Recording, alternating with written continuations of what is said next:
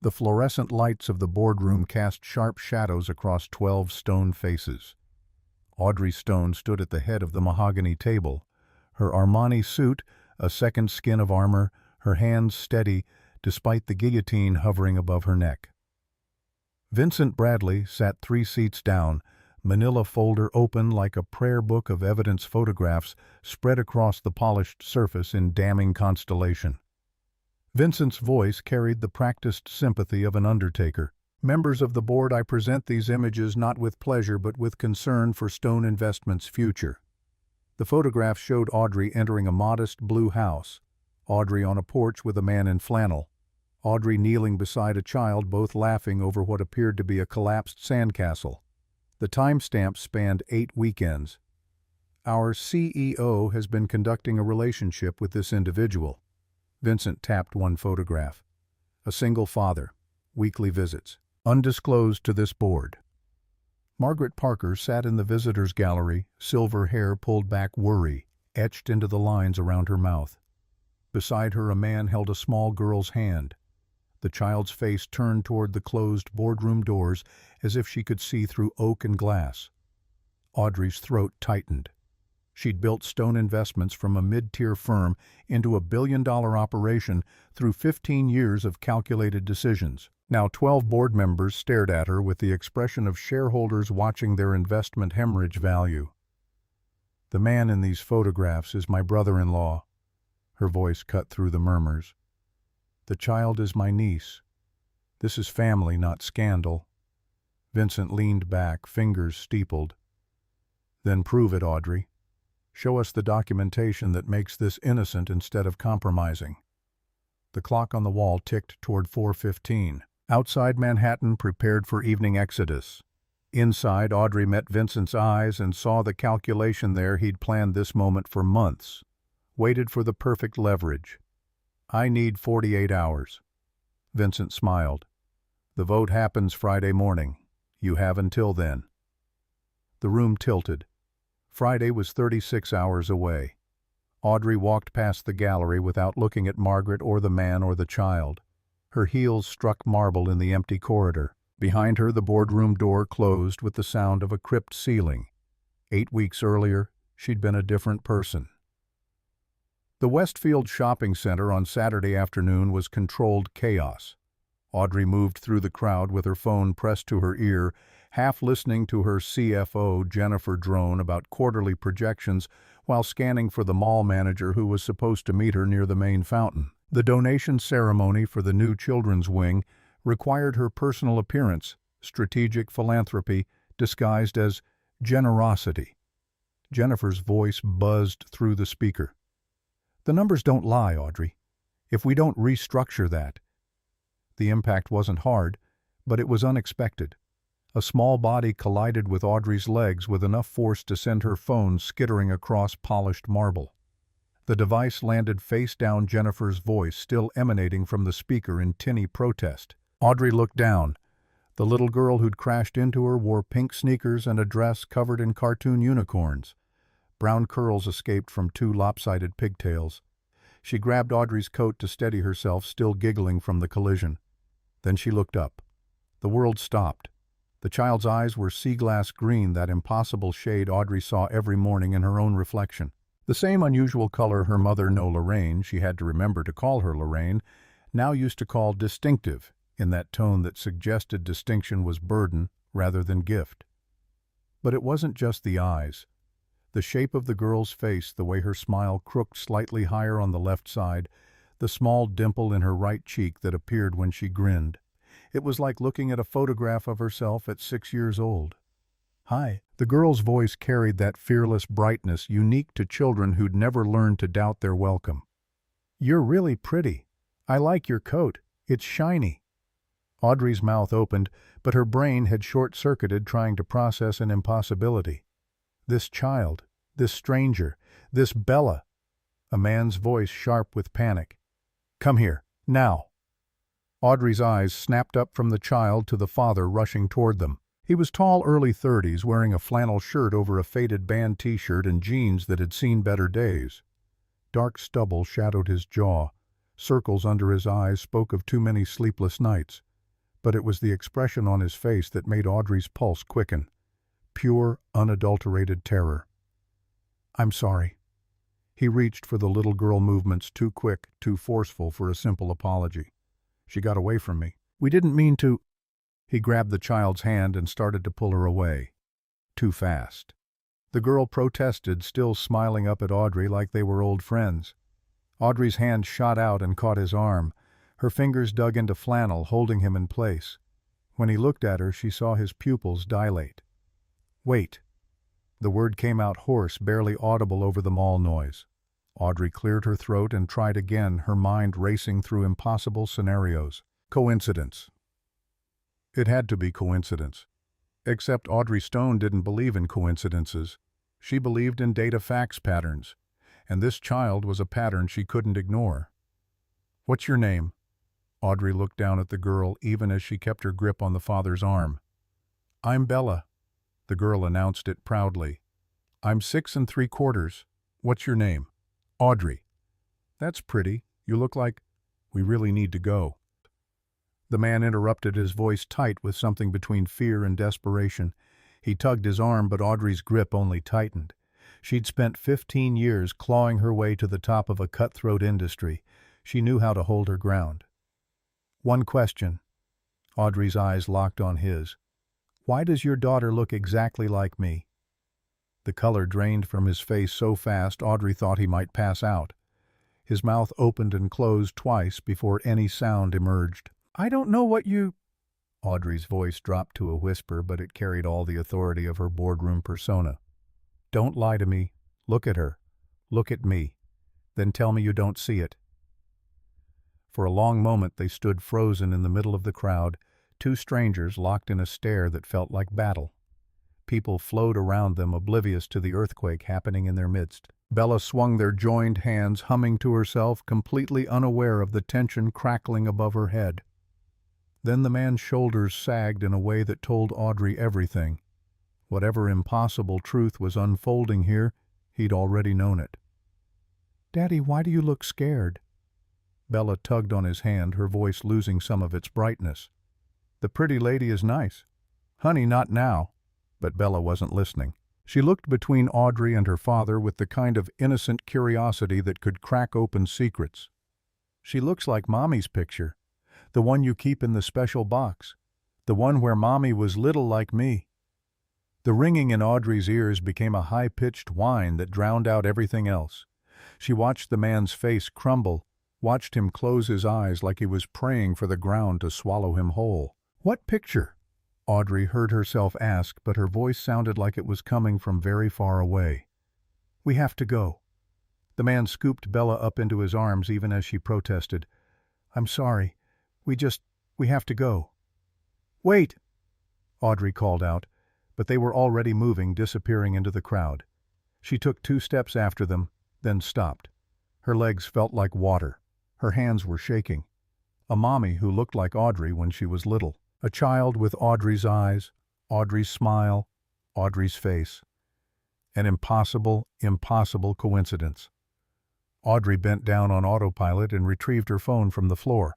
The screen was cracked, a spiderweb fracture across the glass. "Fitting." Jennifer's voice still squawked from the speaker. "Audrey, are you there? Did you hear anything I just said? Cancel my appointments for the rest of the day." The words came out mechanical, distant. "All of them." "What? But the donation ceremony is in 20 minutes and you have the Jacobson meeting at 4. Audrey hung up before Jennifer could finish protesting. She stood there in the middle of the mall, heart hammering against her ribs, while people walked past with shopping bags swinging, completely unaware that Audrey's carefully constructed reality had just been demolished by a 6-year-old in pink sneakers. The man. She needed to find the man. Audrey spun in a slow circle, scanning the crowd, but they'd vanished. Of course they had. He'd run like the devil himself was chasing him because he knew something. He knew exactly why his daughter looked like Audrey. Her phone buzzed. She ignored it. It buzzed again, and again. The outside world demanding her attention, her decisions, her leadership. But for the first time in her adult life, Audrey Stone didn't have the slightest idea what to do next. She started walking toward the exit, her feet carrying her on muscle memory alone. Her mind spun, chasing possibilities that all led back to one impossible conclusion. That little girl looked like her. Not similar, not kind of alike, exactly like her. Which meant no.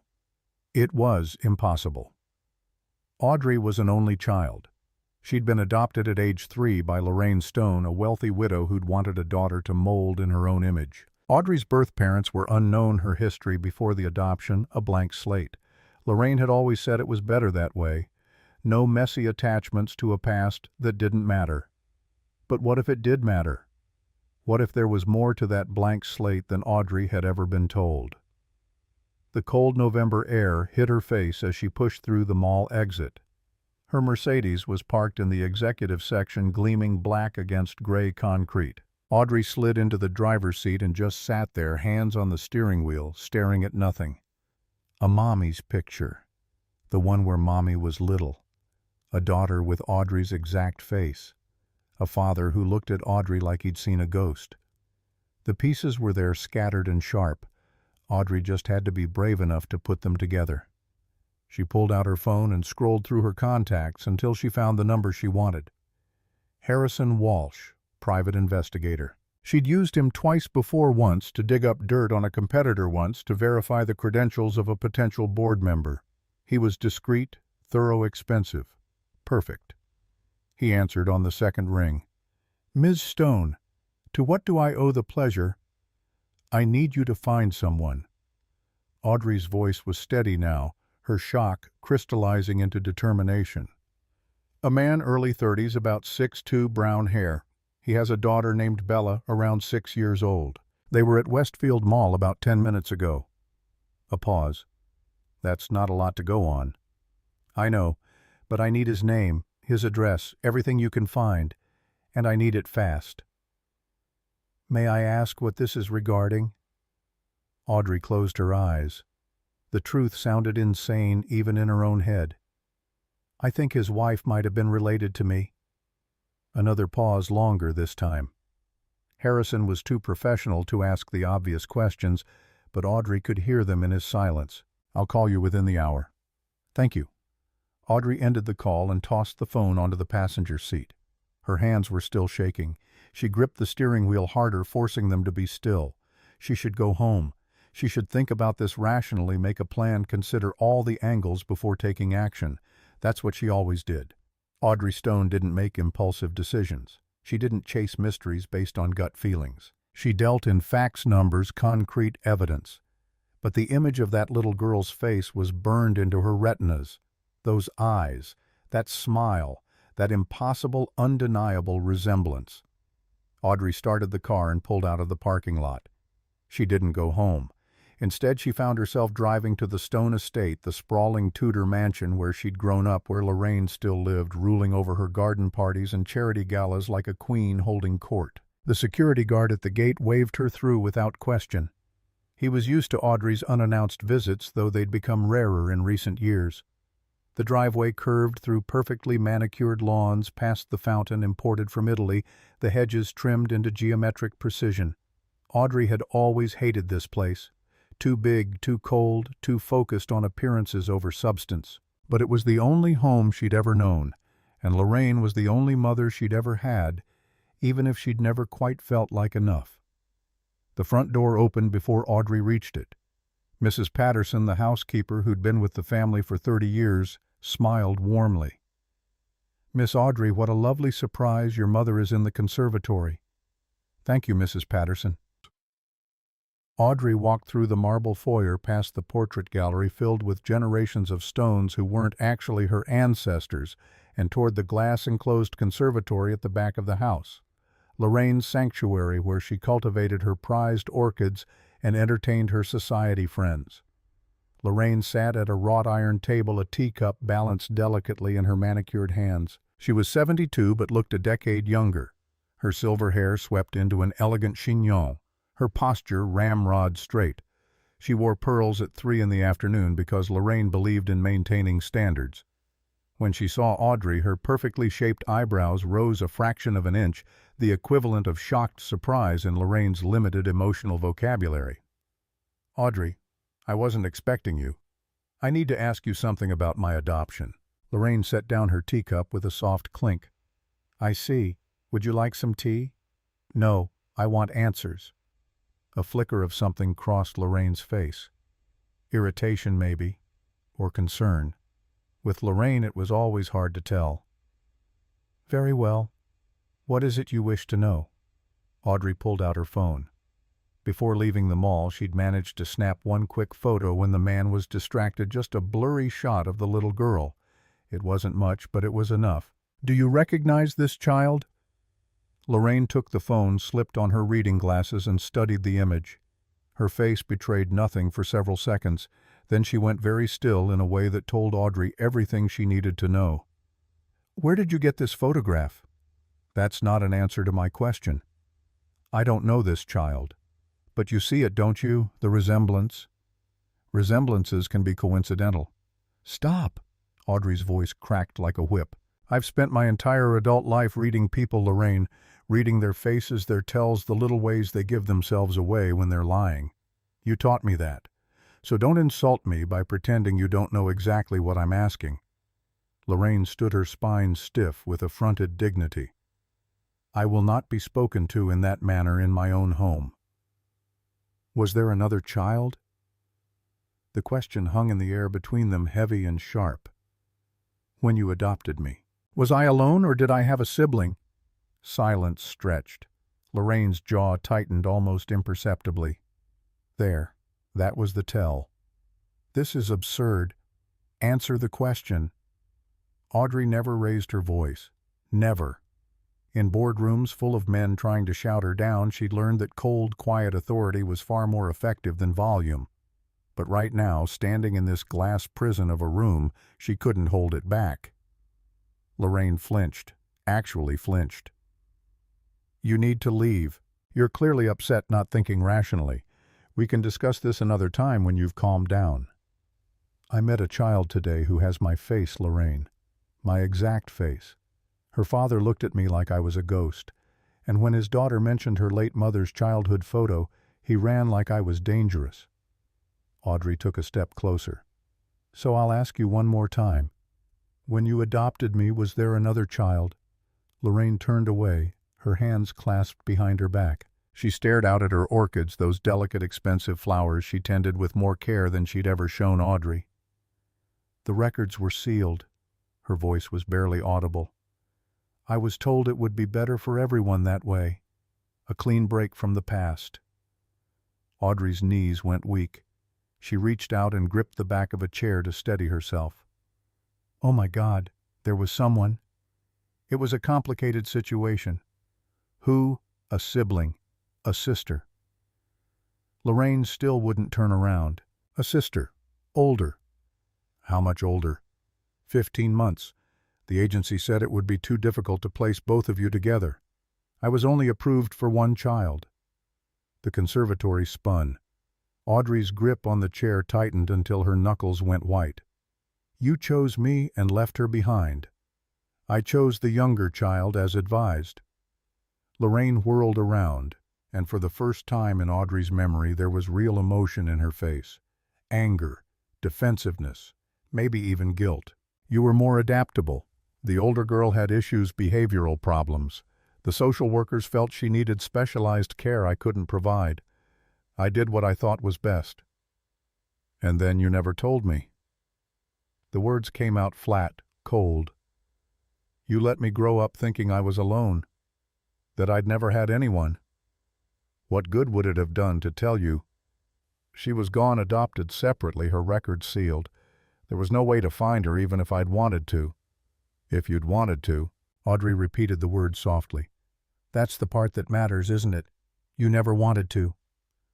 Lorraine drew herself up to her full height, her mask sliding back into place. I gave you everything. The best schools, the best opportunities, a life of privilege and comfort. I made you into who you are today, and this is the gratitude I receive. Audrey laughed. It was a harsh sound with no humor in it. You made me into a replica of yourself, cold, controlled, alone, and you know what, I was fine with that. I thought that was strength. But you stole something from me, Lorraine. You stole my history, my family. I am your family." The words echoed off the glass walls. Lorraine was shaking now, her composure finally cracking. "I took you in when no one else wanted you. I gave you my name, my home, my life. And yes, perhaps I made mistakes, but I did the best I could. You don't get to come into my home and tell me it wasn't enough." They stared at each other across the conservatory, two women who'd never quite figured out how to love each other, separated by decades of unspoken resentments and unmet needs. Audrey turned and walked toward the door. "Where are you going?" Lorraine demanded. "To find her." "Audrey, wait. The records they're sealed for a reason. You can't just—" But Audrey was already gone, her heels clicking rapidly down the marble hallway. Behind her she heard Lorraine call her name one more time, but she didn't stop. Couldn't stop. She had a sister somewhere out there. She'd had a sister this whole time. And that little girl Bella with Audrey's face and Audrey's eyes. Audrey's phone rang before she reached her car. Harrison Walsh. "I've got a name." His voice was brisk, professional. "Declan Parker.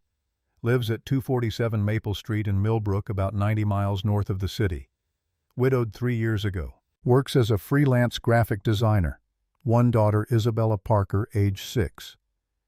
Audrey's hand shook as she unlocked her car. "The wife. What was her name?" A pause while Harrison checked his notes. "Natalie Parker née Morrison. Died in a car accident in 2021. Before that, she worked as an elementary school teacher." Morrison. The same last name Audrey had found in her own sealed adoption records when she'd finally gotten the courage to look years ago. The name she'd been born with before becoming a stone. Before that, her childhood, her family history, where she grew up, where she went to school. I need to know if she was ever in the foster system. The foster system? Harrison's confusion was evident. "Ms. Stone, what exactly—" "Just find it, please. Give me a few hours." Audrey ended the call and sat in her car staring at the mansion she'd just left. Behind those perfect walls, Lorraine was probably pouring herself a gin and tonic, the way she always did when life became too messy to handle with just posture and pearls. A sister. An older sister who'd been left behind. Behavioral problems, Lorraine had said. Issues that made her unadoptable to a single woman who valued control above all else. Audrey wondered what those issues had been. Anger, grief.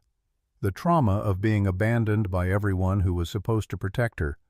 She wondered if that sister had thought about Audrey over the years, if she'd known she had a little sister somewhere, or if they'd both been kept in the dark. She wondered if Natalie Morrison Parker had died knowing she had family out there, or if she'd gone to her grave believing she was alone. The thought made Audrey's chest ache in a way she wasn't used to. She didn't do feelings like this, didn't allow herself to grieve for things she'd never known she'd lost. But sitting here now, the weight of it was crushing. How many years had they lost? How many birthdays, holidays, ordinary moments that siblings should share, and that little girl Bella. If Natalie had been Audrey's sister, then Bella was Audrey's niece. The word felt strange, foreign. Audrey didn't have family beyond Lorraine. No cousins, no aunts or uncles, no one who shared her blood. Except now, apparently she did. Her phone buzzed with a text from her assistant. "The ceremony is starting. They're asking for you." Audrey deleted it without responding. The outside world could wait. Her company could wait. Everything could wait. She had 90 miles to drive and a truth to uncover. The sun was setting by the time Audrey pulled onto Maple Street. Millbrook was exactly the kind of small town she'd spent her whole life avoiding tree-lined streets. Neat houses with front porches, neighbors who probably knew each other's names. It made her skin crawl with its quaint normalcy. Number 247 was a small craftsman-style house painted pale blue with white trim. The lawn needed mowing. A bike with training wheels lay abandoned on the front walkway. A jack-o'-lantern sat on the porch steps half caved in and growing mold. The whole scene screamed struggling single parent trying to hold everything together with duct tape and willpower. Lights glowed in the front windows. Audrey could see movement inside, shadows passing back and forth. She sat in her car across the street, engine off, trying to decide what to do, what to say. How do you walk up to a stranger's door and tell them you might be family? How do you ask a grieving widower to open up old wounds so you can satisfy your need for answers? The professional part of her brain, the part that had negotiated million-dollar deals and hostile takeovers, told her to wait, to gather more evidence, to have Harrison finish his investigation before she made contact. It would be the smart move, the safe move, the kind of strategic retreat that minimized damage. But the part of her that had looked into a 6-year-old's face and seen herself staring back couldn't wait. That part had been screaming since the moment Bella crashed into her at the mall, and it was getting louder with every passing second. Audrey got out of the car and walked up to the door before she could talk herself out of it. Her hand was steady when she knocked, which was more than could be said for her racing heart. Footsteps inside. Then the door swung open, and there he was. Declan Parker looked even more exhausted than he had at the mall. His hair was messier, his flannel shirt rumpled. There was a smudge of what looked like spaghetti sauce on his shoulder. When he saw Audrey, every muscle in his body went rigid. "How did you—" He stopped, closed his eyes, took a breath. "Of course. You're rich. You found me. I need to talk to you." "No." He started to close the door. Audrey put her hand against it. "Please, 5 minutes. I just need to understand." "Daddy!" Bella's voice drifted from inside the house. "Who is it?" Declan's jaw clenched. He looked at Audrey with something close to hatred, which she supposed she deserved. She'd invaded his privacy, tracked down his address, shown up uninvited at his home. If their positions were reversed, she'd probably slam the door in her own face. "Stay here." His words were clipped final. "Don't move." The door closed. Audrey heard muffled voices inside Declan saying something about a work call, Bella protesting. Then the sound of footsteps going upstairs. A few minutes later, the door opened again. Declan stepped out onto the porch, pulling it shut behind him. 5 minutes. Then you leave and never come back." "Fair enough." Audrey reached into her purse and pulled out the folder she'd brought, the only photo Lorraine had kept from before the adoption. A little girl with messy brown curls and sea-glass green eyes, maybe 2 years old, sitting on a blanket with a tattered stuffed rabbit. It was the only image Audrey had of herself before becoming a stone. "Where did you get this?" Declan's hands shook so badly the picture rattled. "My mother, Lorraine Stone. She adopted me when I was 3. This is the only photo she kept from before." Declan stared at the image. All the color drained from his face. He looked up at Audrey, down at the photo, then up again. "It's the same." The words barely made it past his lips. "It's the exact same photo." "What?" Instead of answering, Declan turned and went back inside. Audrey followed without being invited, driven by a need too powerful to deny.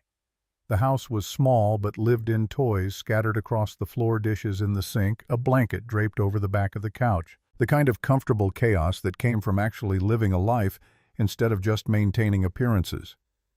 Declan disappeared down a hallway and returned a moment later carrying a shoebox. His hands were still shaking as he set it on the coffee table and lifted the lid. Inside were photos. Dozens of them. A woman with dark hair and Audrey's green eyes smiling at the camera. The same woman holding a baby, the woman and Declan on their wedding day. But Declan wasn't reaching for any of those. He was pulling out a photo from the very bottom of the box. When he handed it to Audrey, she nearly dropped it. It was identical to the one she'd brought. Same blanket, same stuffed rabbit, same little girl. Except this copy was labeled on the back in faded pencil, "Natalie, age 2. The room tilted. Audrey sat down hard on the couch, staring at the 2 photos side by side. Same everything, which meant, "We're twins." The words felt surreal in her mouth. "No." Declan's voice was rough. He sank into the chair across from her, his head in his hands. Natalie was older. 15 months, she said. She knew she had a little sister. The social workers told her before they split you up. Audrey looked at him sharply. "She knew about me. She knew you existed. She didn't know your name or where you went, just that she had a baby sister somewhere." Declan's voice broke. It destroyed her. She was 6 years old and they ripped her sister away and told her it was for the best. The photographs blurred as tears filled Audrey's vision. She thought about her life piano lessons and writing instructors, private schools, and European vacations, Lorraine's impossible standards and conditional approval. It hadn't been perfect, but it had been privilege. What happened to her? The question came out as a whisper. After the adoption. Declan stood and moved to the window, his back to Audrey. Foster homes. A lot of them. She aged out of the system at 18 with nothing. No family, no support. Just a high school diploma and a lot of anger. He turned back and the pain in his eyes was raw enough to cut. She slept in her car for 3 months while working double shifts at a diner, saved every penny for community college tuition. It took her 6 years to finish her associate's degree because she was working full-time and taking classes whenever she could. Audrey felt something crack inside her chest. All those years. All that struggle. While she'd been complaining about Lorraine's expectations and the pressure of maintaining appearances, her sister had been fighting just to survive. The photo. Audrey's voice was steadier than she felt. How did she have it? She said it was the only thing she had from before. Some social worker gave it to her when they were processing the adoption paperwork, told her she should have something to remember her family by. Declan's laugh was bitter. Like a photograph could replace the actual person. Bella's voice drifted down from upstairs, singing something off-key. Both adults fell silent, listening. When the singing stopped, Declan spoke again. We met at a coffee shop 5 years after she graduated. She was the strongest person I'd ever met. Fierce, funny. She sang off-key and burned everything she tried to cook. She cried at sappy commercials and refused to kill spiders because they were just trying to live their lives too.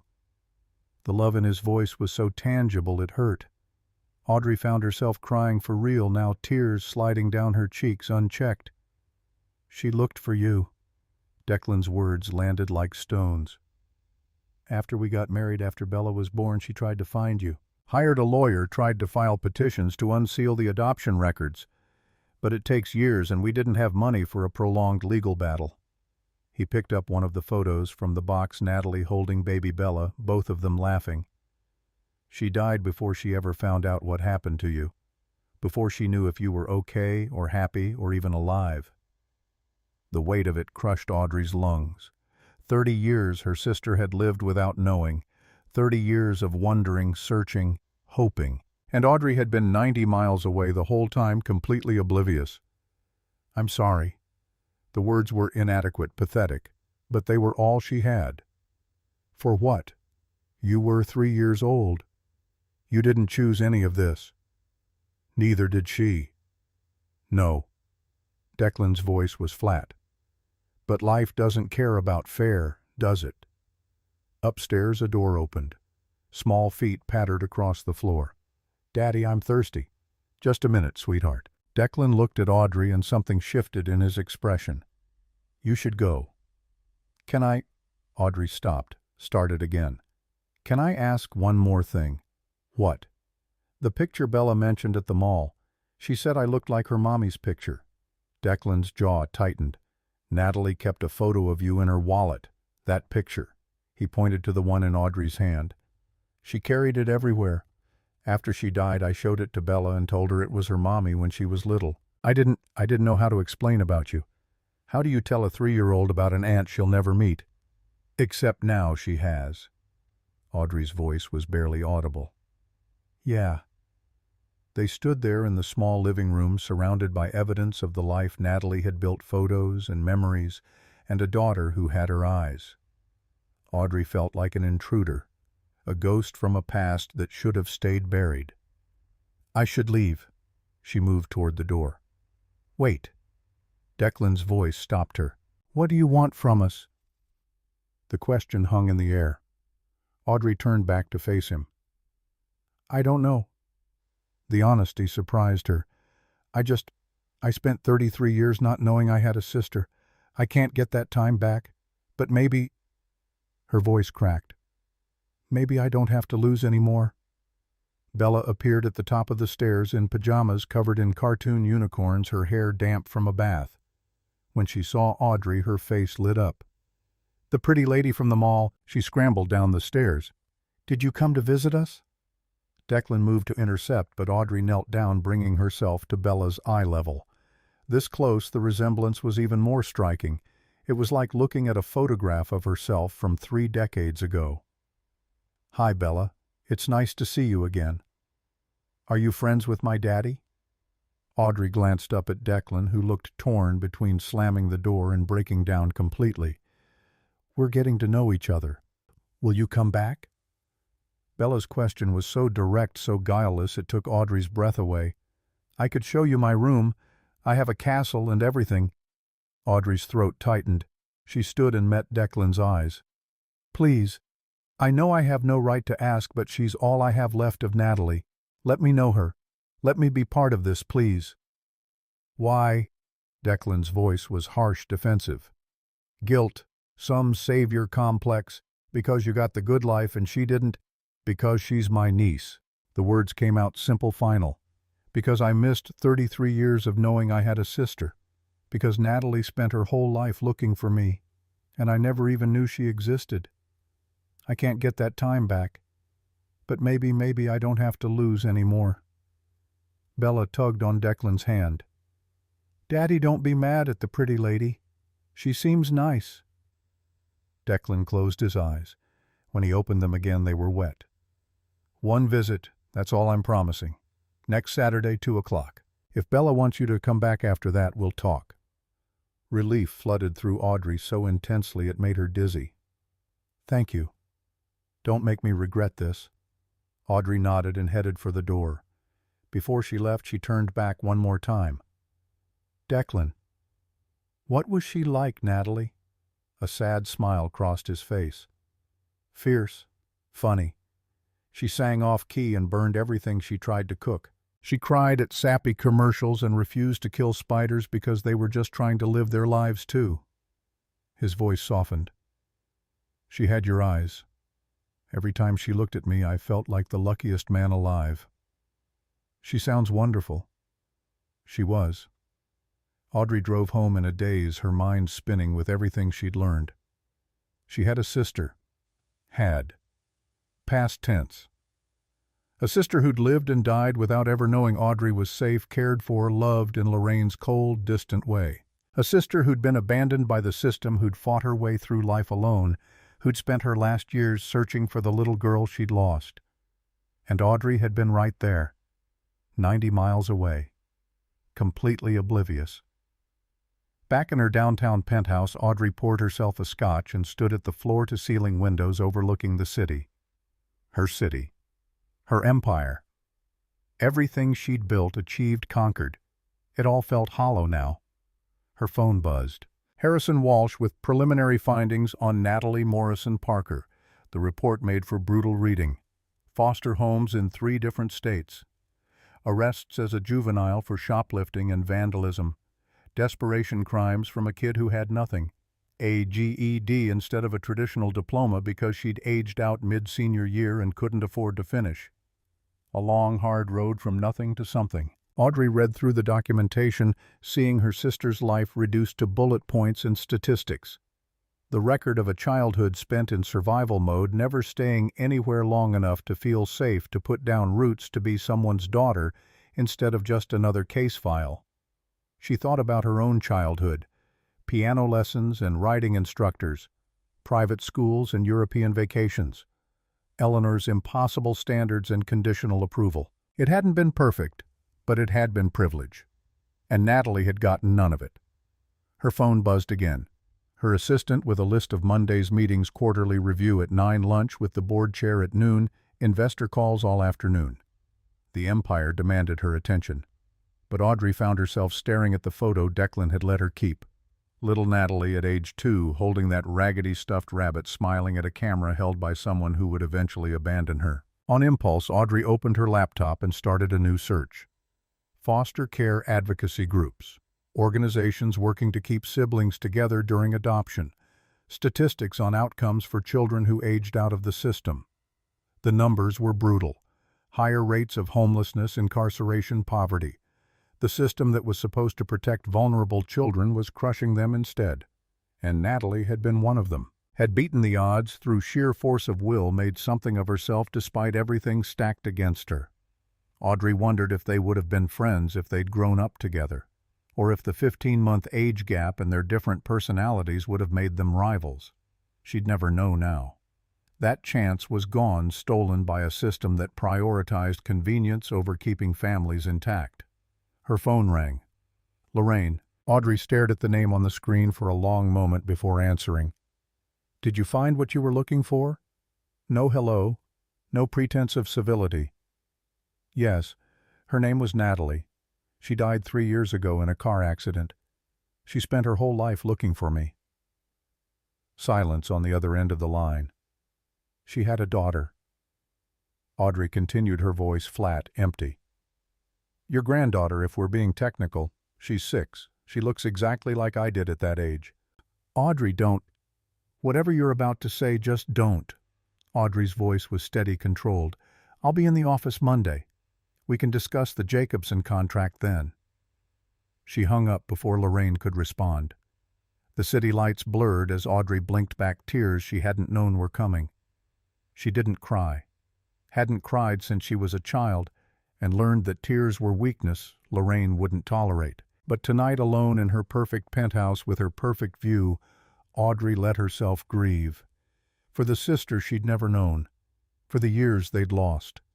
For the little girl who'd been left behind while Audrey got everything. And for Bella, who would grow up without her mother because life was cruel and fate was arbitrary, and sometimes there were no second chances. Except maybe, just maybe, there was one chance left. One little girl with green eyes and a crooked smile who needed someone to show up for her the way no one had shown up for Natalie. Audrey could do that. She could be the aunt Bella deserved. She could make sure that this time family stuck around. It wouldn't bring Natalie back. It wouldn't undo the damage of the past. But it was something, and for the first time in her carefully controlled life, Audrey Stone decided that something was better than the nothing she'd been living with all along. The week that followed felt like living underwater. Audrey went through the motions. Morning meetings, conference calls, lunch with investors who wanted her attention and her money. She smiled at the right times, nodded in agreement, signed contracts with her usual precision. But inside she was drowning. Every time she closed her eyes, she saw Bella's face, Natalie's face, her own face reflected back through 30 years and a tragedy that should never have happened. On Tuesday, Harrison delivered the complete report. Audrey read it alone in her office after everyone had gone home, the city lights casting long shadows across her desk. Natalie Morrison had been born to a mother with addiction issues and a father who disappeared before her first birthday. Audrey, then named Audrey Morrison, had come 15 months later. Different father, same mother, same problems. They'd been removed from the home together when Natalie was 4 and Audrey was almost 3. The state had deemed their mother unfit and no relatives had come forward to claim them. For 9 months they'd stayed together in the same foster home. Then came the Stones' application. Lorraine had wanted a young child, moldable, fresh. The agency had recommended Audrey. Younger, easier, less traumatized by the memory of what they'd lost. Natalie had been deemed too difficult. The report used words like attachment disorder and behavioral challenges. What it really meant was that a 6-year-old girl had been angry about losing everything, and the system had punished her for it by taking away the only person she had left. Audrey's hands shook as she read the list of foster homes that followed. 12 different placements over 12 years. Some lasted months, some only weeks. Reasons for removal varied, doesn't follow rules. Disruptive influence on other children. Inappropriate outbursts. A child screaming to be heard and everyone kept covering their ears. At 18, Natalie had aged out with a backpack, $200, and no one to call if things went wrong. She'd slept in her car for 3 months while working double shifts at a diner, saving every penny for community college tuition. It took her 6 years to finish her associate's degree, working full-time and taking classes whenever she could. The file included a photograph from her college ID, Natalie, at 24, staring into the camera with those familiar green eyes, her expression guarded, challenging, like she expected the world to take another swing at her and was ready to swing back. Audrey traced the edge of the photo with her finger. "I'm sorry. I'm so sorry you went through that alone." Her sister had been a fighter. That much was clear from every page. She'd clawed her way out of a system designed to break her, made herself into someone who helped others, found love, despite every reason to build walls instead of bridges.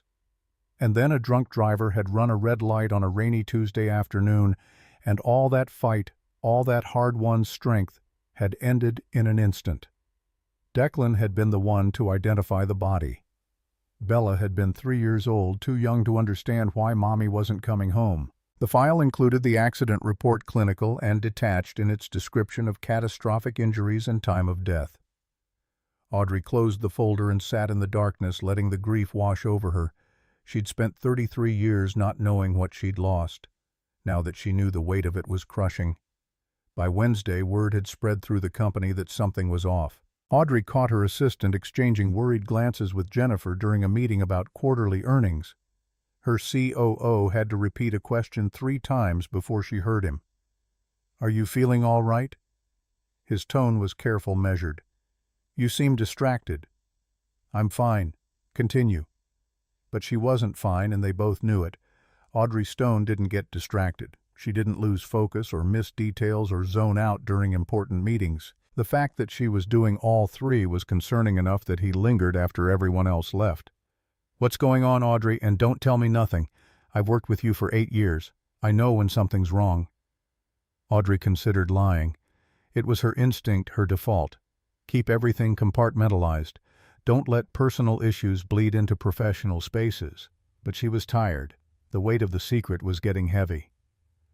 "I found out I have a niece. Her mother, my sister, died 3 years ago.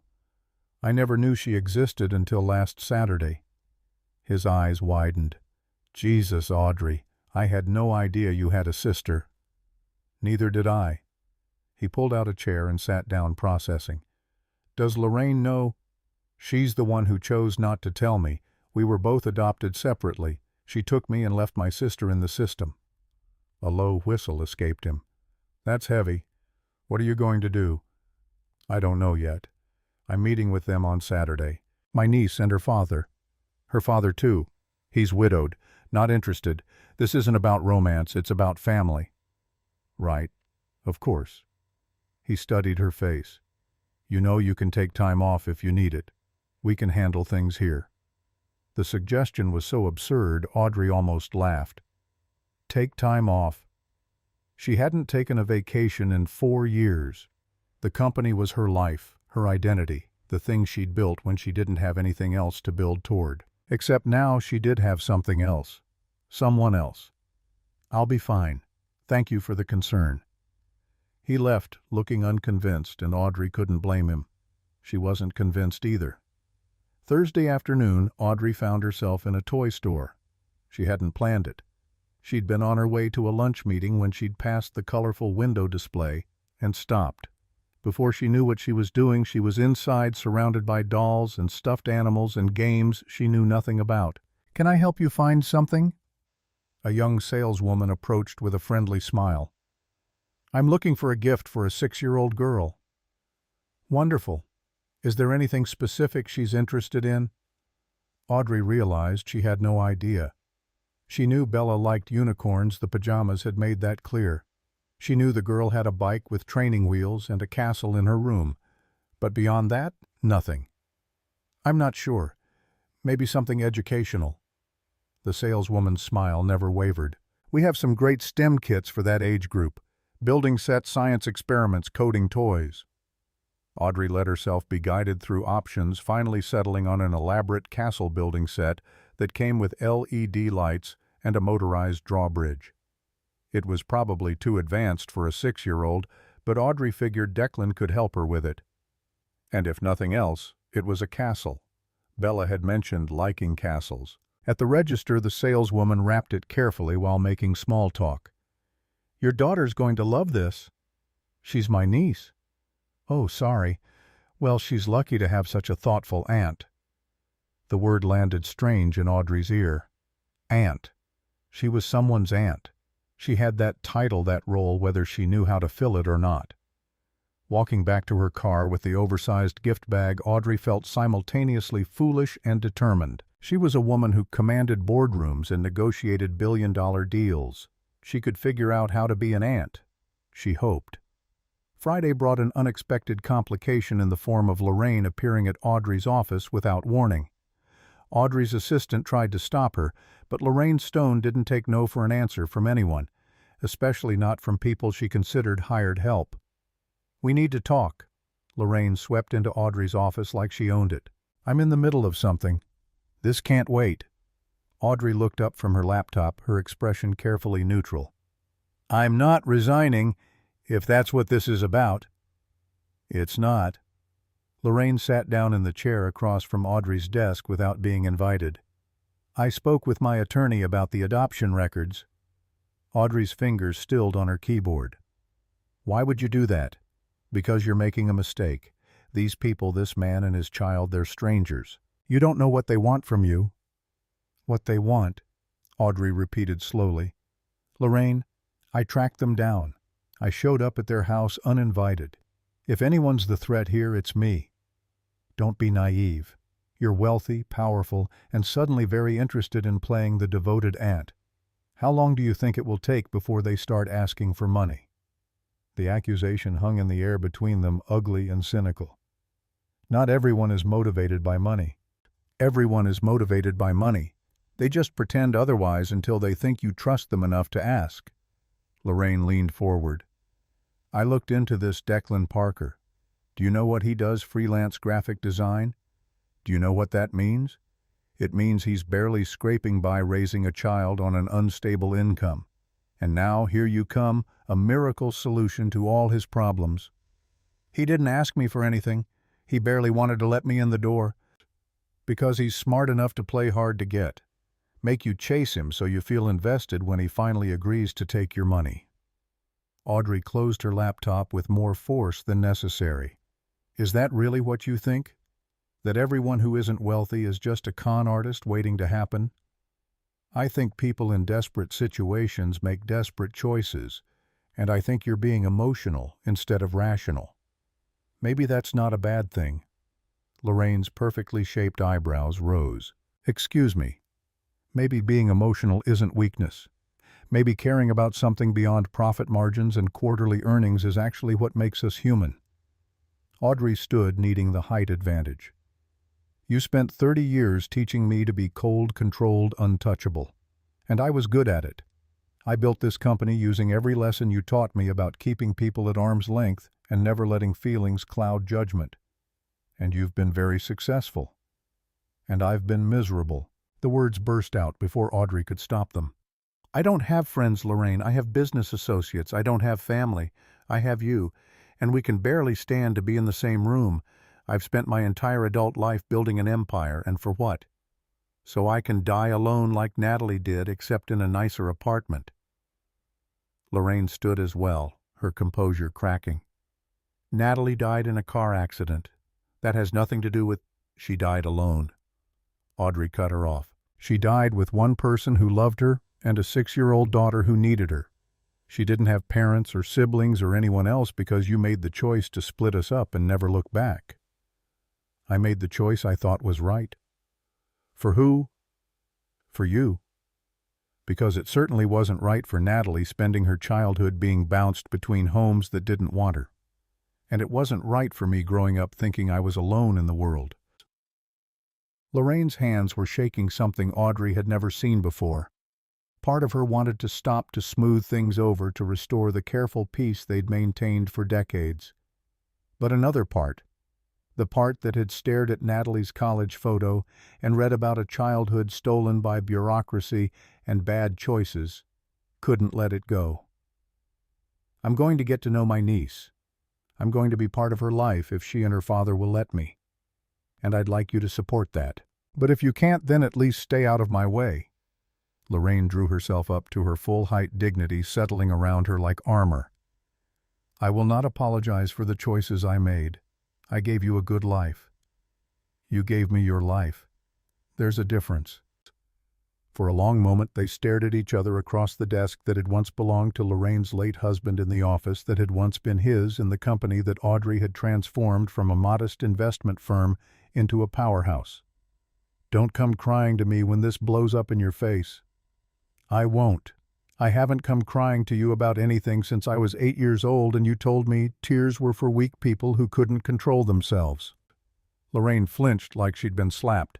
Without another word, she turned and left her heels clicking across the marble floor in sharp, angry beats. Audrey sank back into her chair and dropped her head into her hands. Her heart was racing, adrenaline flooding her system like she'd just survived a car crash. In 33 years, she'd never spoken to Lorraine like that. Never challenged her, never pushed back, never demanded to be heard instead of shaped. It should have felt liberating. Instead, it just felt sad. Her phone buzzed, a text from an unknown number. "This is Declan. Bella wanted me to make sure you were still coming tomorrow. She's been talking about it all week." Audrey stared at the message, something warm unfurling in her chest. Bella had been thinking about her. A 6-year-old who barely knew her was excited to see her again. She typed back, "I'll be there, 2 p.m. sharp." The response came quickly. "She'll be thrilled. Fair warning, she's been cleaning her room for 3 days. Apparently ants require a clean castle." Audrey smiled despite everything. "Tell her I'm not the inspecting type. Castles are supposed to be lived in." "I'll let her know. See you tomorrow." Audrey set down her phone and took a deep breath. Tomorrow. She'd see them tomorrow. And maybe, just maybe, she'd start to build something real instead of just profitable. Saturday morning arrived with Audrey waking at 5 a.m., too nervous to sleep. She went through her usual routine shower, coffee, checking emails, but her heart wasn't in it. By noon, she was dressed in dark jeans and a cashmere sweater, the most casual outfit she owned, staring at her reflection like she was preparing for battle. "You're just meeting with a 6-year-old. Calm down." But it wasn't just a 6-year-old. It was Natalie's daughter, her niece, the only blood family she had left who was still breathing. No pressure. She grabbed the castle building set and left before she could overthink it further. The drive to Millbrook felt both endless and too short. Audrey's hands were steady on the wheel, but her mind was racing. What if Bella didn't like her? What if Declan changed his mind and asked her to leave? What if she said something wrong, did something wrong, proved Lorraine right about not being cut out for this? By the time she pulled up to the blue house, her stomach was in knots. The front door opened before she even got out of the car. Bella came barreling down the porch steps, her face lit up with pure joy. "Aunt Audrey, you came? You really came?" The title hit Audrey square in the chest, stealing her breath. Aunt Audrey. Bella said it so naturally, like it was already decided, already real. "Of course I came. I promised, didn't I?" Bella grabbed her free hand and started tugging her toward the house. "I cleaned my whole room. Well, mostly. There's still some stuff under the bed, but Daddy said that doesn't count. Come see, come see." Declan appeared in the doorway, looking amused and slightly apologetic. "She's been watching out the window for the past hour." "I gathered." Audrey let herself be pulled up the steps, Bella's small hand warm in hers. Inside the house looked the same as it had a week ago, lived in, comfortable, real. But this time Audrey noticed details she'd missed before. Photos on the wall showing Natalie's progression from young woman to wife to mother. A drawing on the fridge that said, "I love you, Daddy," in crayon. A bookshelf overflowing with children's books and well-worn paperbacks. This was a home where people loved each other. Audrey could feel it in every cluttered corner. "Come on." Bella tugged harder. "My room is upstairs."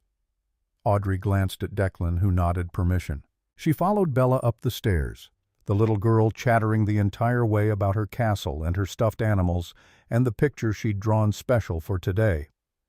Bella's room was exactly what Audrey expected, an explosion of pink and purple toys everywhere, despite the claimed cleaning session and an elaborate plastic castle taking up most of one corner.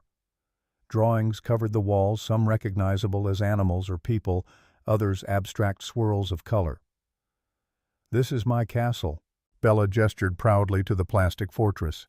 I'm a princess who saves people, not the kind that waits around for princes. The cool kind. The cool kind is definitely better, Audrey agreed. Daddy says Mommy was like that, a princess who didn't wait around. Bella's voice got quieter, more thoughtful. I don't really remember her much. Just bits. Her smile and her singing. She sang a lot. Audrey's throat tightened. She set down the gift bag and knelt so she was at Bella's level. Your daddy told me your mom was very brave and very strong and that she loved you more than anything in the world. Bella nodded seriously. He shows me pictures. There's one where she looks just like you. That's how I knew you were special when I saw you at the mall. You have Mommy's eyes. Actually, Audrey's voice caught. Your mommy and I had the same eyes because we were sisters. She was my big sister. Bella's eyes went wide. Really? So that makes you my aunt for real? For real. Do you have pictures of when you and Mommy were little? Did you play together? This was it, the moment Audrey had been dreading. She took a breath. I wish we did, but your Mommy and I were separated when we were very young. We didn't get to grow up together. Why not? It's complicated. Sometimes grown-ups make choices that don't work out the way they should. Your Mommy and I were put in different families and we didn't find each other again. Bella processed this with the straightforward logic of childhood. That's sad. It is sad. But you found me, so that's good, right? Audrey felt tears prick her eyes. That's very good. Daddy says you're really important, like you run a big company and make lots of money. I do run a company, yes. Is it fun? The question was so unexpected Audrey almost laughed. No one had ever asked her if work was fun. Challenging, profitable, strategic, those were the words people used. But fun. Sometimes, when I get to solve difficult problems or build something new. But it's also a lot of hard work. Daddy works hard too. He makes pictures on his computer for people's businesses. Sometimes he lets me pick the colors. Bella grabbed Audrey's hand again. Want to see the picture I made for you? I'd love to. Bella pulled a piece of construction paper from her desk and held it up proudly. It showed 3 stick figures standing in front of a house. One tall figure labeled Daddy, one medium figure labeled Aunt Audrey, and one small figure labeled Me. They were all holding hands and smiling. Above them, Bella had drawn a cloud with another figure inside it watching over them. That's Mommy, Bella pointed to the cloud. Daddy says she's still watching over us even though we can't see her. I think she's happy we found you. Audrey couldn't speak. She just stared at the drawing, at this 6-year-old's simple, beautiful interpretation of a family that spanned life and death and 33 years of separation. I brought you something too. Audrey managed, finally reaching for the gift bag. I wasn't sure what you'd like, but I thought maybe this... Bella pulled out the castle building set and actually squealed. Oh my gosh, this is amazing, Daddy, look. Aunt Audrey brought me a castle. Declan appeared in the doorway, drawn by his daughter's excitement. When he saw the elaborate set, his eyebrows rose. Wow, that's quite a castle. Too much? Audrey asked quietly. No, it's perfect. Thank you. He watched Bella dump out the pieces and start examining them with intense focus. She's going to want to start building immediately. Hope you're ready to be put to work. I think I can handle it. For the next hour, Audrey sat cross-legged on the floor of Bella's room, following instructions from a very bossy 6-year-old architect. Declan helped too, his presence comfortable and easy. They worked together to construct towers and walls, figure out the LED light system, and get the motorized drawbridge functioning. It was messy and chaotic, and nothing like Audrey's usual Saturday afternoons of strategic planning and market analysis. It was wonderful. Okay, this part goes here. Bella handed Audrey a piece. And then we need to attach the flag to the top tower. That's where the princess lives. Got it. Is the princess based on anyone in particular? She's based on me, obviously. Bella rolled her eyes like this should have been clear. And she has a dragon friend who helps her fight bad guys. Dragons are cool. Very cool, Audrey agreed. Do you like dragons, Aunt Audrey? I do, now. Bella beamed at her, and Audrey felt something crack open in her chest, something warm and terrifying, and absolutely worth it. They finished the castle just as Declan announced that tea party supplies were ready downstairs. Bella grabbed Audrey's hand. She did that a lot, Audrey noticed, this casual claiming of connection, and dragged her to the kitchen. The tea party consisted of juice boxes, cookies from the grocery store, and sandwiches cut into triangles. Declan had even found a plastic tea set that he'd arranged on the kitchen table with exaggerated formality. "Welcome to Bella's castle tea room." His terrible British accent made Bella giggle. "Please be seated." Bella pulled out a chair for Audrey. "You have to use fancy manners. That's the rule." "Of course. How silly of me." Audrey picked up her juice box with exaggerated delicacy. They ate and talked, Bella doing most of the talking, while Declan and Audrey exchanged amused glances over her head. The little girl jumped from topic to topic, her favorite teacher, the unfairness of bedtimes, why cats were better than dogs, but she wanted both anyway, with the fearless confidence of someone who knew she was loved. Watching her, Audrey saw glimpses of Natalie. The way Bella tilted her head when she was thinking, the determination in her voice when she argued her points, that crooked smile that was becoming achingly familiar. "Aunt Audrey," Bella asked suddenly, "can you come back next week? We could work on the castle some more and I could show you my school." Audrey looked at Declan, uncertain. He gave a small nod. "I'd like that very much." "Yes." Bella pumped her fist. "This is the best day ever." The pattern became routine over the next 8 weeks. Every Saturday at 2, Audrey's Mercedes would pull up to the blue house on Maple Street. Every Saturday, Bella would come running out before Audrey even turned off the engine.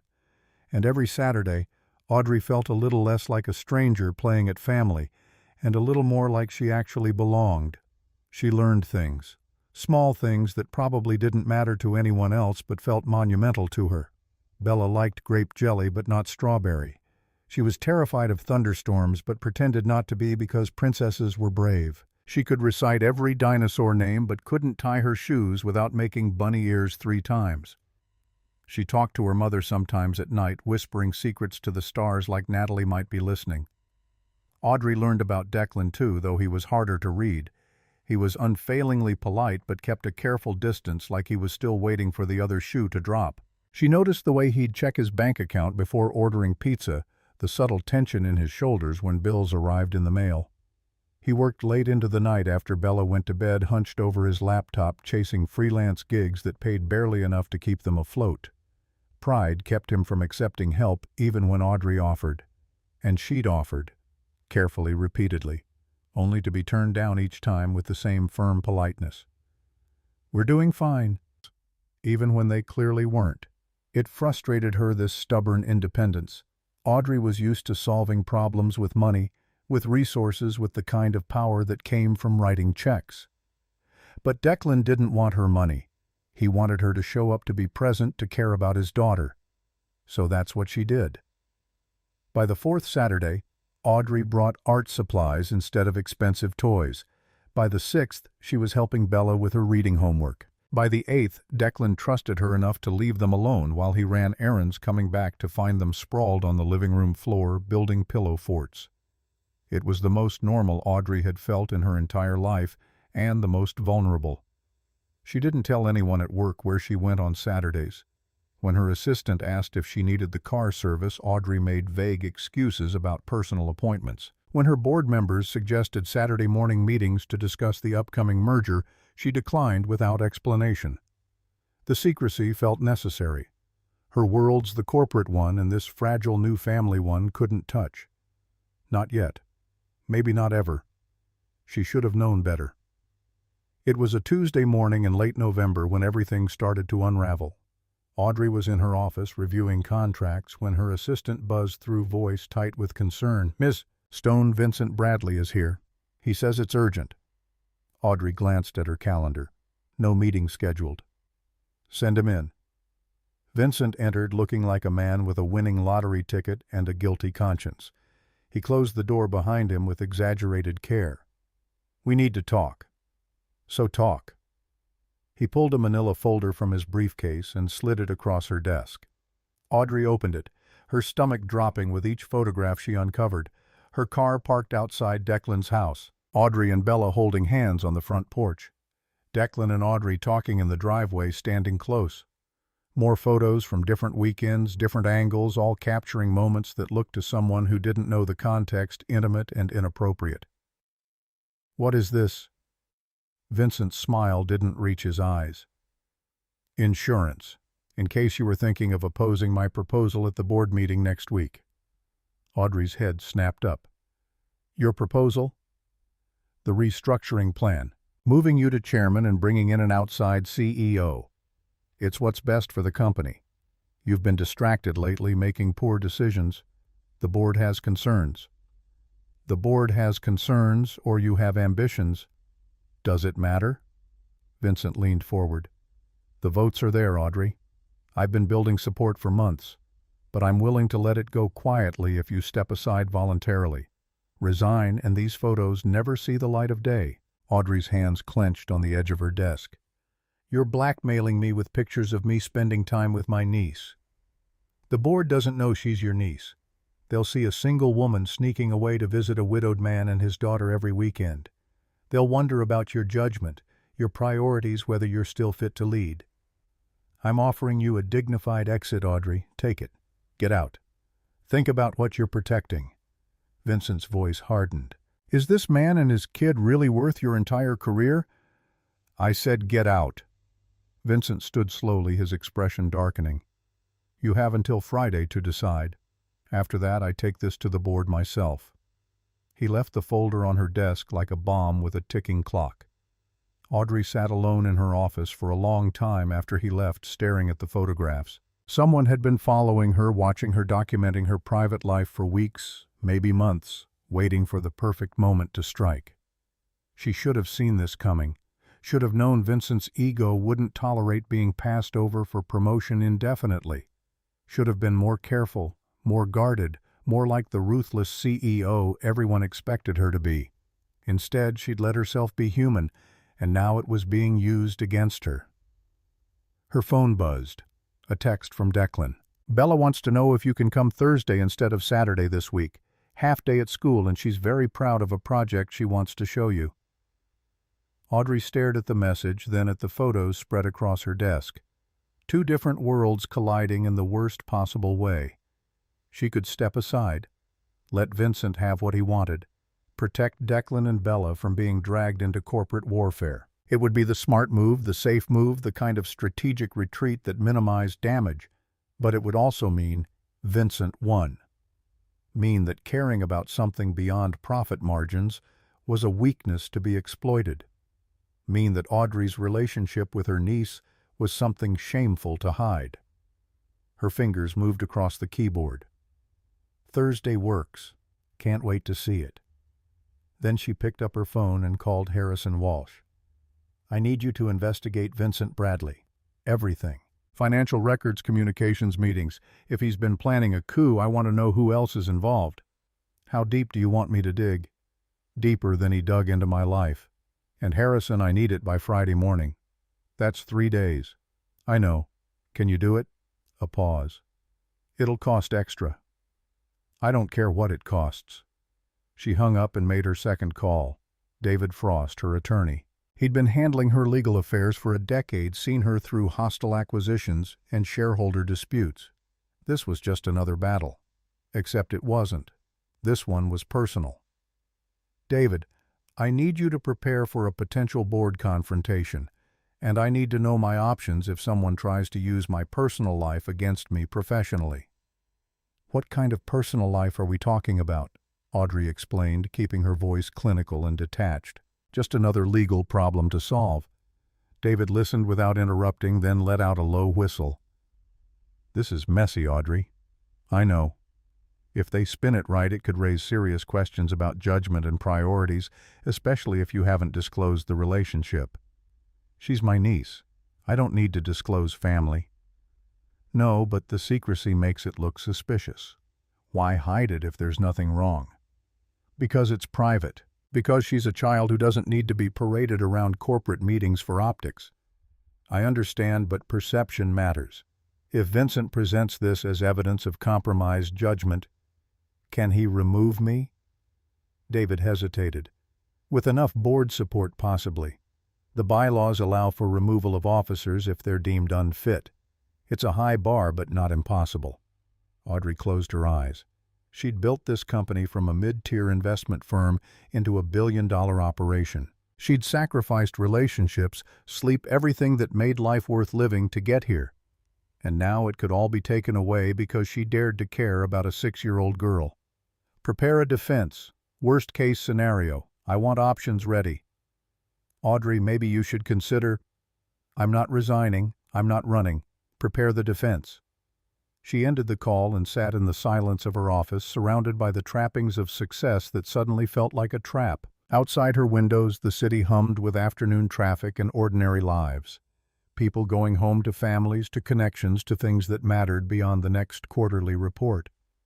Audrey had never envied them before. Now she did. Her office door opened without warning. Lorraine swept in, her face tight with controlled fury. "We need to discuss your situation." "How did you even—" Audrey stopped. Of course. Vincent would have gone to Lorraine first, looking for an ally. "He called you. He's concerned about the company, as am I." Lorraine sat without being invited. "These photographs are damaging, Audrey. You must see that. They're photographs of me with my niece. They're photographs that can be interpreted any number of ways, none of them good for your position." Lorraine's voice was crisp, businesslike. "Vincent has presented a reasonable solution.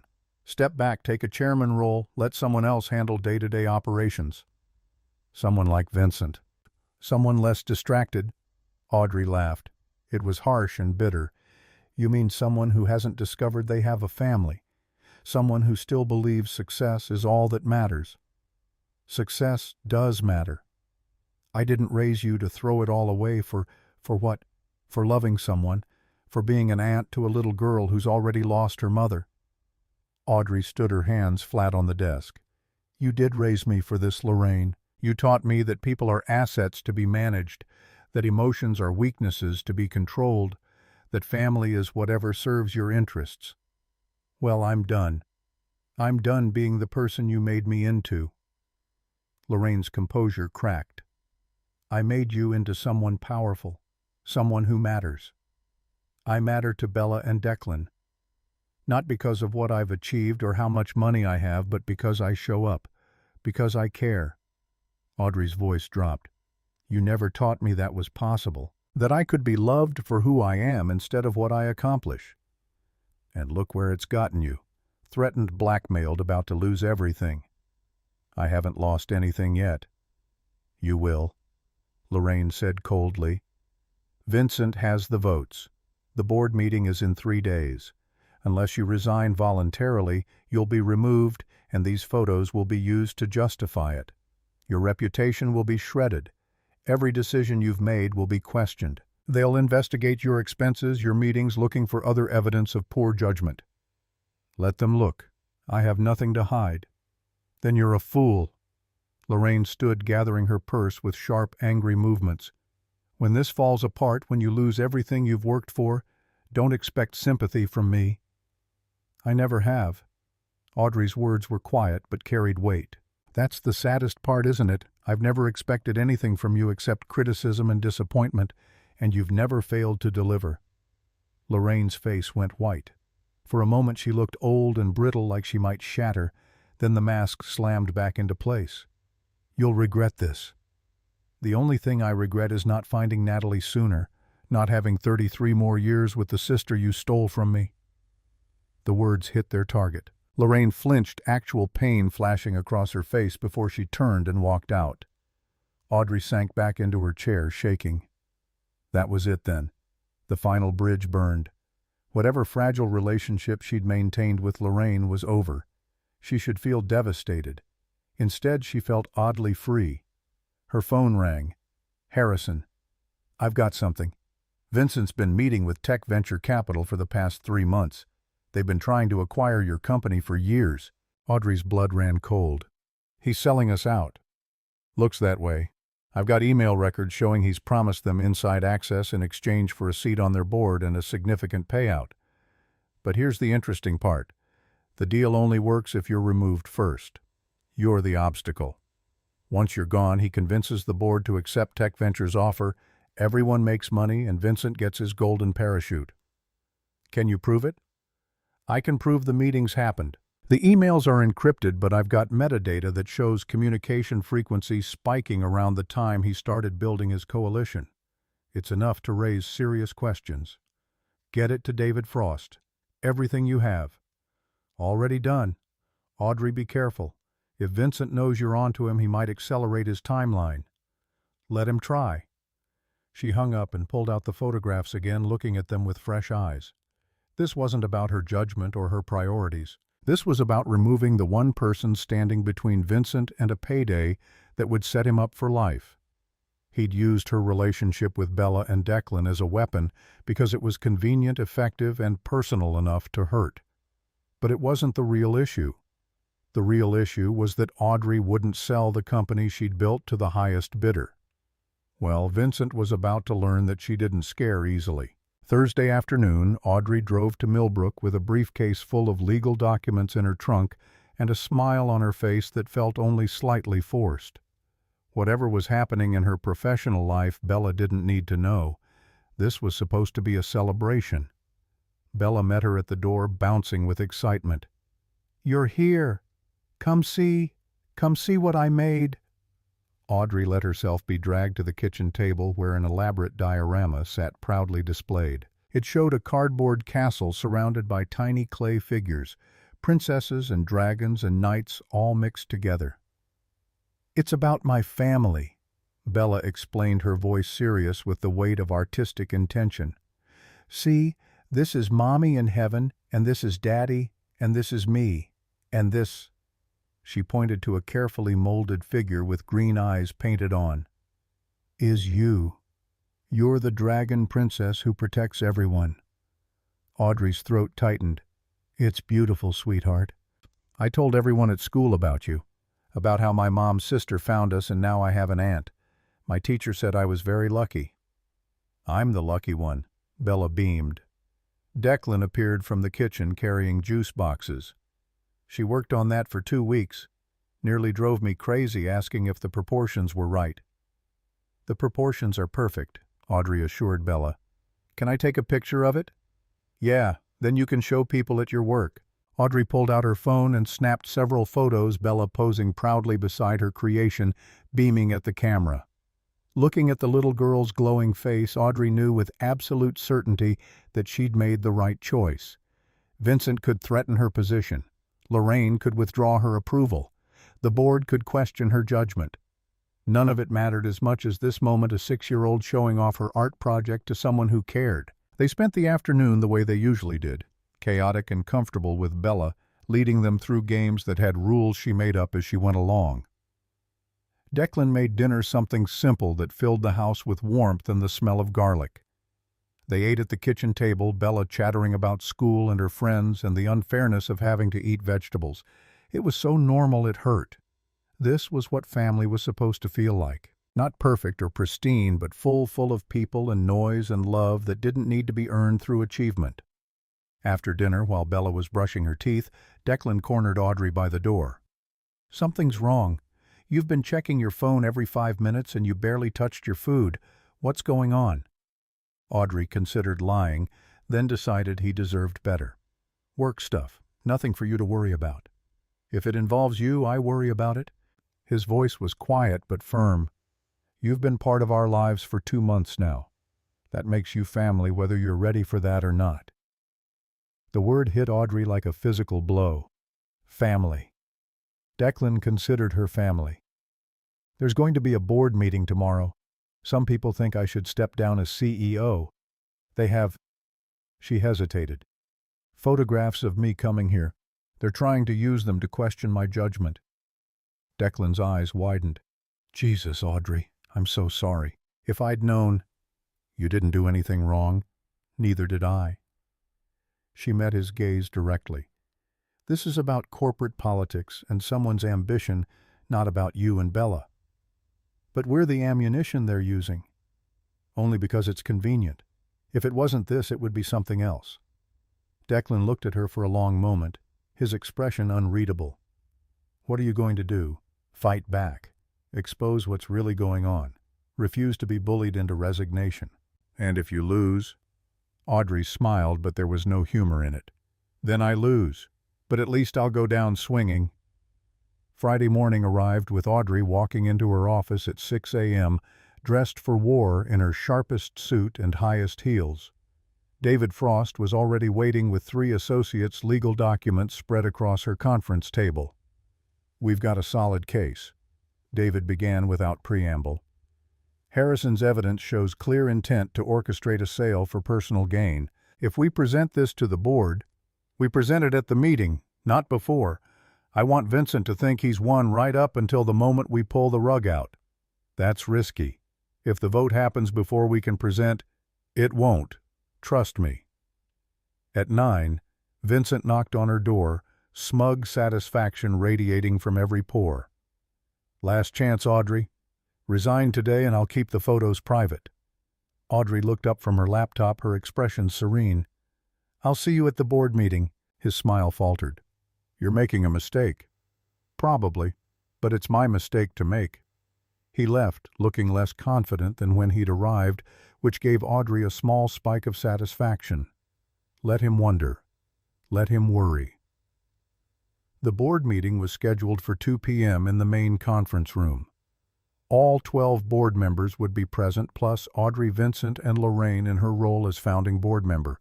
It would be civilized, professional, and absolutely brutal. Audrey spent the morning preparing. Not her defense, David had that handled, but her offense. The evidence of Vincent's betrayal, the documentation of his meetings with Tech Venture, the timeline showing his campaign to undermine her, had coincided exactly with his negotiations to sell the company. By the time 2 p.m. rolled around, Audrey was ready. The conference room felt like a courtroom. Board members sat around the massive table, their expressions carefully neutral. Lorraine sat at one end, her back ramrod straight, her face unreadable. Vincent sat opposite Audrey, the manila folder in front of him like a loaded gun. Thomas Wright, the board chairman, called the meeting to order. We're here to discuss concerns that have been raised about Audrey Stone's continued fitness to serve as CEO. Vincent, you called this meeting. The floor is yours. Vincent stood all professional concern and regretful duty. Thank you, Thomas. I want to start by saying I have the utmost respect for Audrey and everything she's accomplished, but recent events have raised questions about her judgment and priorities. He opened the folder and began distributing copies of the photographs. Audrey watched board members' faces as they looked at the images, confusion, concern, disapproval flickering across different features. These photographs were taken over the past 8 weeks. They show Ms. Stone making regular visits to this residence in Millbrook. The house belongs to Declan Parker, a single father. Ms. Stone has been spending considerable time there, often alone with Mr. Parker and his daughter. Margaret Parker, no relation to Declan, just unfortunate coincidence, spoke up. What is the relevance of this? Audrey's personal life is her own business. It becomes relevant when it impacts her performance. Vincent's voice was smooth, practiced. Audrey has been increasingly distracted, missing meetings, delegating important decisions, disappearing every Saturday without explanation. I believe she's become romantically involved with this man, and it's affecting her ability to lead. Several board members shifted uncomfortably. Vincent was good at this, framing the narrative, painting the picture he wanted them to see. Furthermore, I believe this relationship demonstrates a pattern of poor judgment. She's pursued this connection secretively, raising questions about what else she might be hiding. Can we trust a CEO who keeps significant aspects of her life hidden from the board? Thomas looked at Audrey. Would you like to respond to these allegations? I would. Audrey stood, her voice calm and clear. But first, I'd like to provide some context that Mr. Bradley conveniently left out. She pulled out her own folder and distributed photographs. The one of little Natalie at age 2, the matching photo of herself, and a family photo of Natalie, Declan, and Bella. The woman in this photograph is Natalie Parker. She was my older sister. We were separated during adoption when I was 3 years old and placed in different families. I never knew she existed until 6 weeks ago when I accidentally encountered her daughter, my niece, at a shopping mall. She let that sink in, watching comprehension dawn on various faces. Natalie died 3 years ago in a car accident. Her husband, Declan Parker, has been raising their daughter alone. The child you see in Mr. Bradley's photographs is Isabella Parker, age 6. She's my niece, the only blood family I have left. The room erupted. Board members talking over each other. Vincent sputtering denials. Thomas calling for order. "Why didn't you disclose this?" Robert Martinez, the board's financial chair, asked. "Because it's private. Isabella is a child. She doesn't need to be part of board reports or corporate discussions. My relationship with her and her father is familial, not romantic, and frankly not relevant to my ability to run this company." "The secrecy suggests otherwise," Vincent interjected. "If it's innocent, why hide it?" "I didn't hide it. I simply didn't announce it." Audrey turned to face him directly. "But since we're discussing secrecy and poor judgment, perhaps we should talk about your meetings with Tech Venture Capital." Vincent's face went pale. "I don't know what You've met with their acquisition team 7 times in the past 3 months. You've promised them inside access to our operations, our financials, our strategic plans. You've coordinated this board challenge specifically to remove me because I refused to consider their acquisition offer." She pulled out Harrison's documentation. "You're not concerned about my judgment, Vincent. You're concerned that I'm standing between you and a multi-million-dollar payout." The room erupted again. Vincent stood his chair, scraping harshly against the floor. "This is a mischaracterization. Is it because I have emails, metadata meeting records, calendar entries that match up perfectly with your coordination efforts?" Audrey looked around the table. "I'm happy to make all of it available for independent review." Margaret was the first to speak. "I move that we table the discussion of Audrey's leadership and open an immediate investigation into potential conflicts of interest regarding Vincent Bradley's activities." "Seconded," Robert Martinez added. Thomas looked at Vincent, whose face had gone from pale to flushed with anger. "Vincent, I think it's best if you recuse yourself from the remainder of this meeting. This is ridiculous. You're taking her word over mine. I'm following proper procedure. Please step out." Vincent stood his chair, scraping harshly against the floor. He looked at Audrey with pure hatred. "This isn't over." "Yes, it is." He left, slamming the door behind him. The meeting continued for another hour, but the outcome was never in doubt. The board voted unanimously to authorize an independent investigation into Vincent's activities and to retain Audrey in her position as CEO. Lorraine abstained from voting, sitting in silence while the decision was made. When it was finally over, board members filed out with reassurances of their continued support. Margaret paused by Audrey's chair. That took courage, standing up to him, refusing to be bullied. "I didn't have a choice. We always have choices. You made the right one." When the room was empty except for Audrey and Lorraine, the silence stretched heavy and uncomfortable. "You won." Lorraine's voice was flat. "Did I?" "You kept your position exposed. Vincent protected your reputation, at the cost of your relationship with me." Audrey stood slowly, gathering her things. "We haven't had much of a relationship for years, Lorraine. You said it yourself. I was just someone you molded into what you wanted. Well, I'm done being that person." Lorraine looked older, suddenly more fragile. "I gave you everything I knew how to give." "I know, and maybe that was enough for you. But it wasn't enough for me." Audrey walked toward the door, then stopped. "Bella has a presentation at school next Tuesday. She's talking about family trees. She asked me to come. You're welcome to join us if you want. No pressure. Just an invitation." She left without waiting for an answer. 2 months later, Audrey stood in a community center conference room surrounded by social workers, foster care advocates, and families who'd been torn apart by a system that prioritized convenience over connection. The Natalie Parker Foundation was officially launching, and the turnout had exceeded every expectation. Declan stood beside her, holding Bella's hand. Margaret Parker. Declan's mother sat in the front row next to an empty seat that Audrey had reserved but wasn't sure would be filled. The Foundation's board members occupied the remaining chairs, along with journalists from 3 major publications and a local news crew. Audrey stepped up to the microphone, her hands steady despite the weight of the moment. My sister Natalie spent 15 months with me before the system decided we'd be better off apart. She was 4 years old when they told her she couldn't keep her baby sister. For the next 12 years she moved through foster homes, always hoping, always searching, never finding. Her voice caught, but she pushed through. She died 3 years ago without knowing if I was safe, happy, or even alive. I spent 33 years not knowing she existed. That's not a failure of one person or one agency. It's a systemic failure that happens every day to thousands of children across this country. Bella squeezed her hand. The little girl had insisted on standing with Audrey during the speech. The Natalie Parker Foundation exists to keep siblings together, to fight for the bonds that make us human, to ensure that no child ever has to wonder if their brother or sister is out there somewhere alone and searching. She gestured to the families in the audience, 12 sibling groups who'd already received assistance from the Foundation's emergency fund. We've helped these families stay together through the adoption process, but this is just the beginning. With your support, we can expand to 5 states by next year, 10 states within 3 years. The room erupted in applause. Bella jumped up and down, still holding Audrey's hand. Declan's eyes were wet.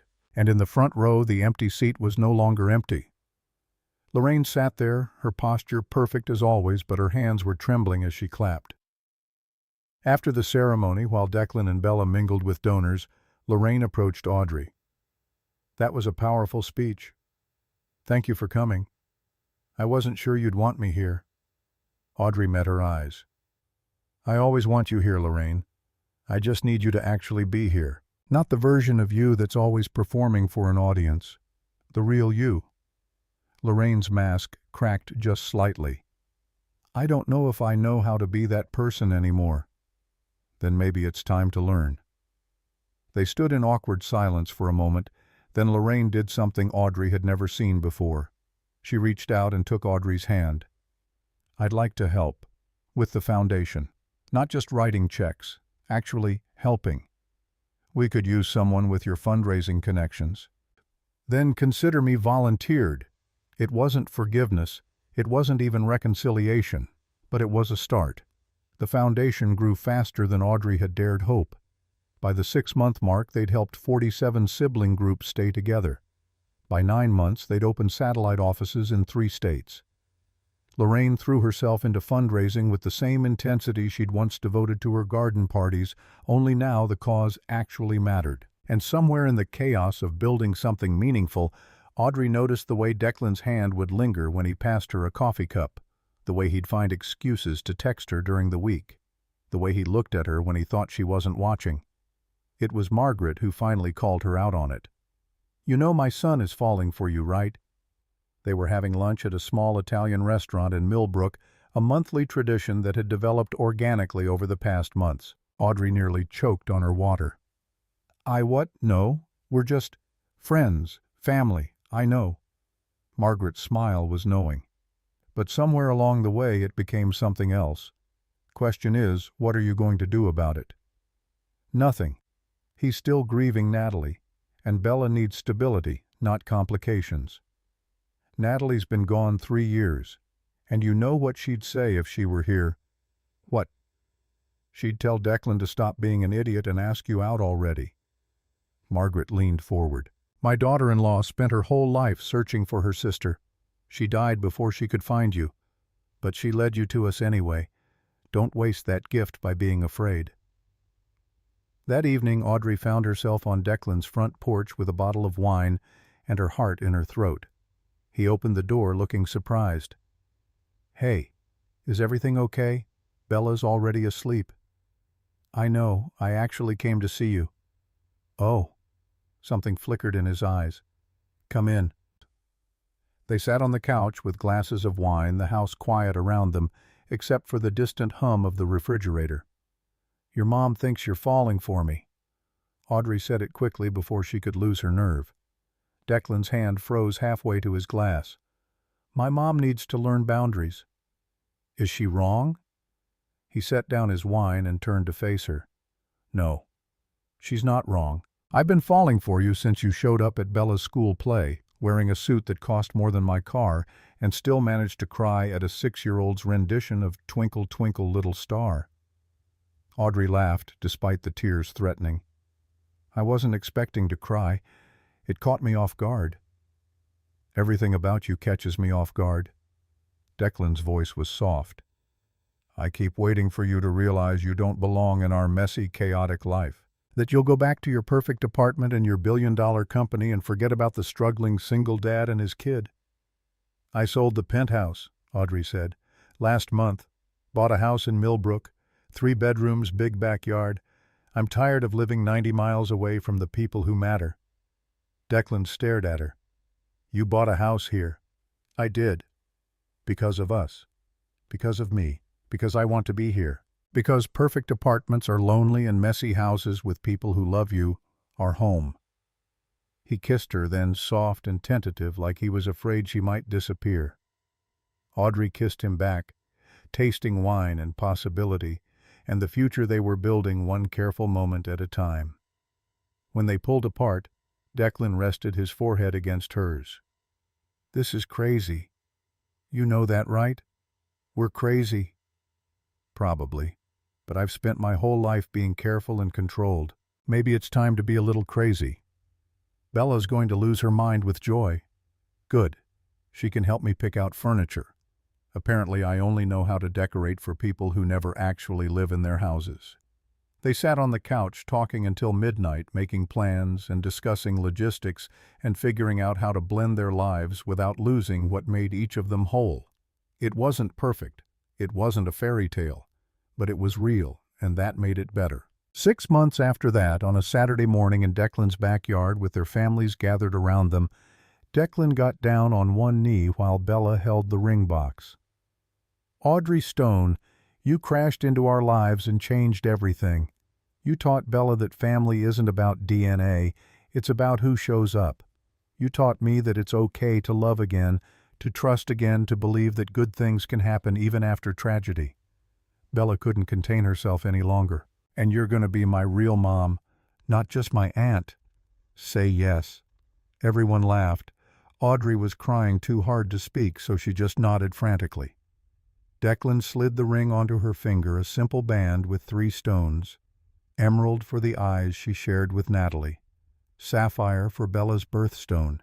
Diamond for the future they were building. I love you, Audrey finally managed. All of you, this whole messy, beautiful family. Does that mean yes? Bella demanded. That means yes. The wedding happened 3 months later in Margaret's garden, surrounded by 50 people who actually mattered instead of 500 who looked good on a guest list. Bella was the flower girl, taking her duties so seriously that she narrated every step of her processional. Lorraine sat in the front row crying actual tears, something Audrey had never seen before. When it was time for vows, Audrey looked at Declan and Bella and spoke from the heart. Natalie spent her whole life searching for me. She died before we could meet. But she left me the greatest gift anyone could give. She left me you, both of you, this family. Her voice shook. I promise to show up, every day, every moment that matters and every moment that doesn't. I promise to love you, to fight for you, to be the person Natalie believed I could be. There wasn't a dry eye in the garden. 5 years later, Audrey stood in that same garden watching Bella, now 11, and impossibly grown, help her little brother Nathan toddle across the grass. The Natalie Parker Foundation operated in 12 states and had kept over 300 sibling groups together. Lorraine was the foundation's most effective fundraiser, having finally found a purpose that meant something beyond social standing. Declan appeared beside Audrey, slipping his arm around her waist. What are you thinking about? How Natalie would have loved this. All of us together. She knows. Declan kissed her temple. Somehow, I think she knows. They walked together to Natalie's memorial bench installed in the garden after the wedding. Bella had designed the plaque, Natalie Parker, Sister Mother Fighter. She never stopped searching, and her love brought us all home." Audrey traced the letters with her finger. "I'm sorry I didn't find you sooner," she whispered. "But I promise I'll love your daughter like she's mine. I'll tell her stories about the sister I never got to meet, and I'll make sure the Foundation keeps fighting so no other siblings have to search the way you did." The wind rustled through the trees, carrying the sound of Bella's laughter and Nathan's delighted squeals. Somewhere in that garden, surrounded by the family she'd found and the life she'd built, Audrey finally understood what Natalie had known all along. Family wasn't about blood or DNA or shared history. It was about who stayed, who fought, who showed up even when it was hard. It was messy and complicated and absolutely worth it. And maybe, just maybe, that was the greatest inheritance Natalie could have left them. Not answers about the past, but hope for the future. Not perfection, but presence. Not what they'd lost, but what they'd found. Audrey looked at her family, her husband, her daughter, her son, even Lorraine sitting with Margaret and laughing about something, and felt Natalie's presence in every moment. This was what her sister had been searching for. This was what she'd wanted for Audrey all along. And finally, impossibly beautifully, they'd found it.